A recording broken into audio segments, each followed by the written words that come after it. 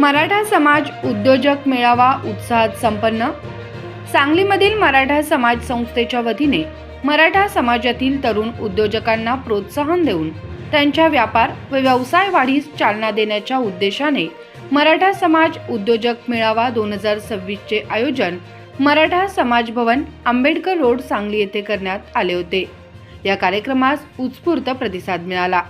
सदरचा कार्यक्रम सांगलीचे खासदार विशालदादा पाटील यांच्या अध्यक्षतेखाली आमदार विश्वजित कदम यांच्या प्रमुख उपस्थितीत व प्रमुख मार्गदर्शक म्हणून सह्याद्री फार्म्स नाशिकचे संस्थापक विलासराव शिंदे व इंडियन चेंबर ऑफ कॉमर्सचे अध्यक्ष सुबीर पॉल व मराठा समाज संस्थेचे अध्यक्ष डॉक्टर मोहन पाटील, उपाध्यक्ष दत्तात्रय सावंत, सचिव जयवंत सावंत, कोषाध्यक्ष ॲडव्होकेट विलासराव हिरुगडे पवार यांच्या उपस्थितीमध्ये संपन्न झाला। या मेळाव्यामध्ये उद्योजकांना येणाऱ्या अडचणी, औद्योगिक विकासासाठीच्या आवश्यक योजना यांसह अनेक महत्त्वपूर्ण विषयावर चर्चा करण्यात आली। यावेळी सुबीर पॉल यांनी भारत सरकारच्या विविध योजनांची माहिती देऊन या योजनांचा उद्योजकांनी फायदा घ्यावा असे आवाहन केले। यावेळी मान्यवरांच्या हस्ते संस्थेने उभारलेल्या नूतन एअर कूलिंग हॉलचे उद्घाटन देखील करण्यात आले। विलासराव शिंदे यांनी आपल्या भाषणामध्ये मार्गदर्शन करताना वैयक्तिक व्यवसाय कसा उभा करावा व व्यवसाय टिकवून कसा ठेवावा याचे मार्गदर्शन केले। या कार्यक्रमामध्ये विश्वजित कदम यांनी संस्थेत मदत म्हणून 10 लाख रुपयांचा धनादेश प्रदान केला। आपल्या भाषणामध्ये विश्वजित कदम व विशालदादा पाटील यांनी मराठा समाज संस्थेने राबवलेल्या विविध उपक्रमांचे कौतुक केले। उपाध्यक्ष दत्तात्रय सावंत यांनी आभार मानले तर सूत्रसंचालन योगिता पाटील यांनी केले। यावेळी संस्थेचे माजी अध्यक्ष DK पाटील, रघुनाथराव पाटील, ॲडव्होकेट उत्तमराव निकम, अभिजित पाटील, कार्यकारिणी सदस्य प्रमोद शिंदे, एडी पाटील, विकास मोहिते, कृष्णराव मोहिते, विक्रम पाटील सावर्डेकर, डॉक्टर नितीन पाटील, भाऊसाहेब भोसले, चकोर पाटील, प्रशांत पाटील, मराठा सेवा संघाचे पदाधिकारी, मराठा उद्योजक विकास आणि मार्गदर्शन संस्थेचे पदाधिकारी यांच्यासह अनेक मान्यवर उद्योजक मोठ्या संख्येने उपस्थित होते। जो आपण इथं ऑर्गनाईज केलेला आहे त्यासाठी इथं आवर्जून उपस्थित असणाऱ्यांनी आमच्या विनंतीस मान देऊन उद्घाटक म्हणून उपस्थित असणारे माजी मंत्री विश्वजित कदम साहेब, त्याचप्रमाणे आपले विद्यमान खासदार की जे ह्या कार्यक्रमाचं अध्यक्षपद भूषवणार आहेत ते विशालदादा पाटील, या कार्यक्रमासाठी दिल्लीहून खास आपल्याला मार्गदर्शन करण्यासाठी आलेले सुबीर पॉल जे इंडियन चेंबर ऑफ कॉमर्सचे अध्यक्ष आहेत, आणि दुसरे विलासराव शिंदे की ज्यांची खरंच ओळख करून द्यायची गरज नाही आहे किंवा सांगायची सुद्धा गरज नाही आहे। महाराष्ट्रभर ज्यांनी आपलं नाव कमवले आणि महाराष्ट्राचं नाव देशभर नेलेले विलासरावजी शिंदे हे आपलं मार्गदर्शन आपल्याला करणार आहे। मित्रो, थोड्या दिवसापूर्वी सांगली जिल्ह्यातील उद्योजकांसाठी काहीतरी करावं असं आमच्या कार्यकारिणीच्या जेव्हा डोक्यात आलं तेव्हा ही 2 नावं आमच्या डोळ्यासमोर आली आणि कार्यक्रम कसा ऑर्गनाईज करायचा ह्याच्याबद्दल बराच उहापोह झाला। सगळ्या लोकांना बोलवायचं, सर्व जाती धर्माच्या लोकांना बोलवायचं की मराठा लोकांना बोलवायचं, तर बरेचशा वेगवेगळ्या संस्था आपापलं कार्य करत असतात आणि कदाचित गर्दी जास्त झाली तर आपल्याला नियोजन करणं अवघड होईल।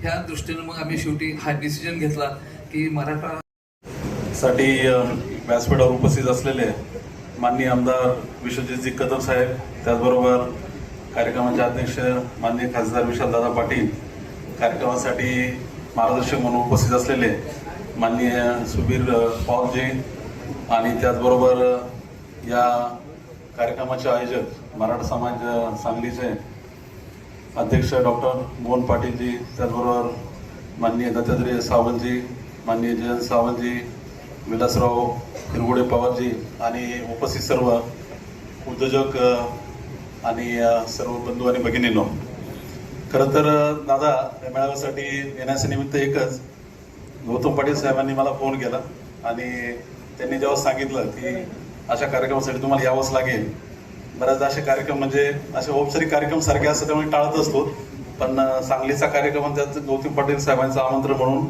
म्हटलं आवर्जून जावं, पण त्या निमित्ताने आपली सर्वांची भेट होते, त्याचा मनापासून आनंद होतोय आणि या निमित्ताने एक थोडंसं आपल्या सगळ्या समाजाचे जे गुण होते ते प्रत्यक्षात आता कृतीमध्ये आणि ते आपल्या स्वतःच्या रोजच्या आयुष्यामध्ये गिरवायची गरज आहे असं मला वाटतंय. तर मग खऱ्या अर्थाने आपण असं म्हणूया की आपण योग्य वाटेवर चाललोय. आणि त्या अर्थाने जर आज आपण स्वतःकडे पाहिलं खरं तर म्हणजे जे काही ग्रामीण भागातला जेवढा समाज आहे हा शेतीवर अवलंबून समाज आता कोंडी झालेला आहे असंही म्हणतो आपण. पण त्याचबरोबर नवीन ज्या संधी तयार होत आहेत, नवीन जे काही जगाची सगळी रचना होत चाललेली आहे, त्या सगळ्या रचनेमध्ये आपल्याला ज्या संधी आहेत, आपली जी काही खरी अर्थाने ताकद आहे, ती ताकद वापरून संधी आपण कशा अर्थाने आपण त्या आपल्यासाठी सर्व समाजासाठी आणि आपल्या देशासाठी कशा त्या कन्वर्ट करतो, इथे कुठंतरी कमी पडतोय असं वाटतंय. आपल्याला सर्वांना बऱ्याचदा कळतं म्हणजे असं आपल्याजवळ जे सोनं आहे त्याची किंमत नाही असं बऱ्याचदा होतंय. आता जमिनी आपल्या प्रत्येकाकडे जमिनी आहेत. तसं पाहिलं तर सगळ्या मराठा समाज सर्वात जास्त जमिनी असलेला समाज. पण त्याचं काय नक्की व्हॅल्युशन आहे किंवा त्याची कशा अर्थाने किंमत करावी कळत नाही. लोकांना जमिनीची किंमत म्हणजे आज 40 लाखाची जमीन आहे, पण त्या 40 लाखाची जमीन 40,000चं उत्पन्न काढता येत नाही अशी गुंता तयार झाली. आणि खरं म्हटलं तर आपल्याला म्हणजे जमिनीची किंमत वाढायचं कारण आपल्याला माहिती आहे की शेती सोडून जी डिमांड शेतीला तयार झाली ते रिअल एस्टेट पासून सगळी त्या अर्थाने आपण त्याच्याकडे बघतोय. पण त्या जमिनीचं म्हणजे एक अर्थाने ते एक कॅपिटल आहेत, ते ऍसेट आहेत, त्याला कन्वर्ट करणं एक अजून जास्त चांगलं भांडवल तयार करण्यामध्ये तिथे जो एक उद्योजक विचार पाहिजे तो कुठं कमी पडतोय असं दिसतंय. लोकांना असं वाटतं की जमीन काय करायची, ती पडून आहे, तिचं काय करायचं. आणि त्यामुळं ती मग पारंपरिक शेतीमध्ये काही पिकत नाही, कशासाठी करायची अर्धवट आणि किंवा तो काय म्हणतो ना निराशेच्या सुरामधून असं बाहेर पडतंय. पण जो खरा उद्योजक आहे तो त्याच्याकडे जर पाहिजे तर एक ऍसेटच्या अर्थाने पाहिजे.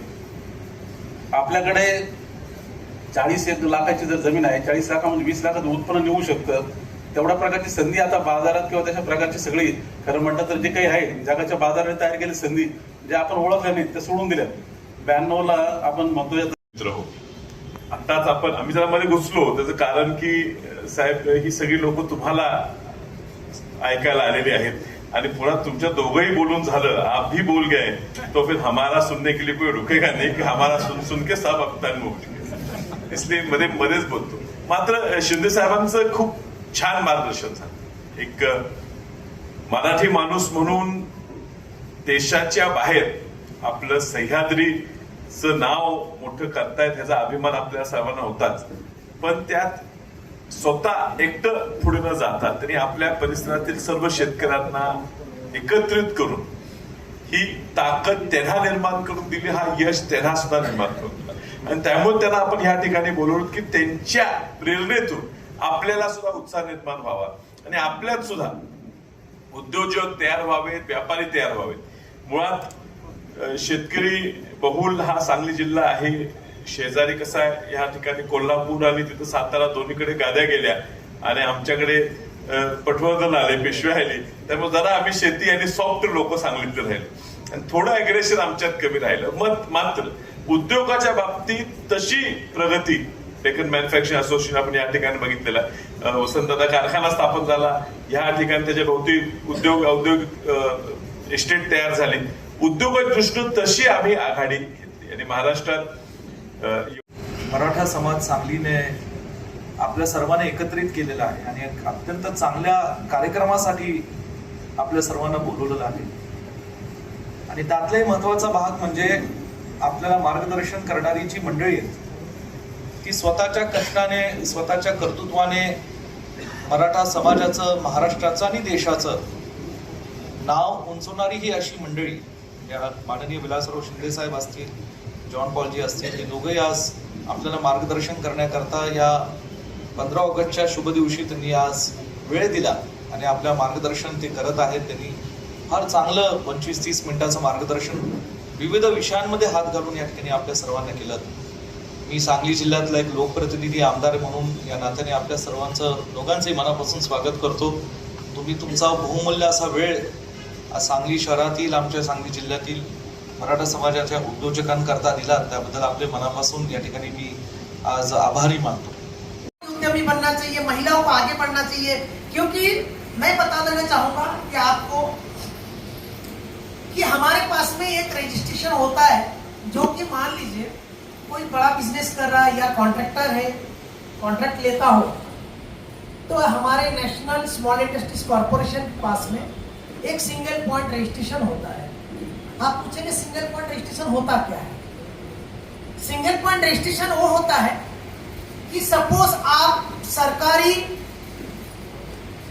कॉन्ट्रैक्ट लिए, मान लीजिए बिल्डिंग बनाने के लिए कॉन्ट्रैक्ट लिए, तो आपको ईएमडी देना पड़ता, अर्नेस्ट मनी देना पड़ता सरकार के पास में 1% और 2% से एक रजिस्ट्रेशन करना है कि आपको उद्यम का एक रजिस्ट्रेशन होता है जो कि फ्री ऑफ कॉस्ट में होता है। सिर्फ आपका आधार कार्ड लगता है, आपका पैन कार्ड लगता है, आपका बैंक पासबुक लगता है, 10 मिनट का समय लगता है, 10 मिनट में आपका उद्यम रजिस्ट्रेशन सर्टिफिकेट बन के तैयार हो जाता है।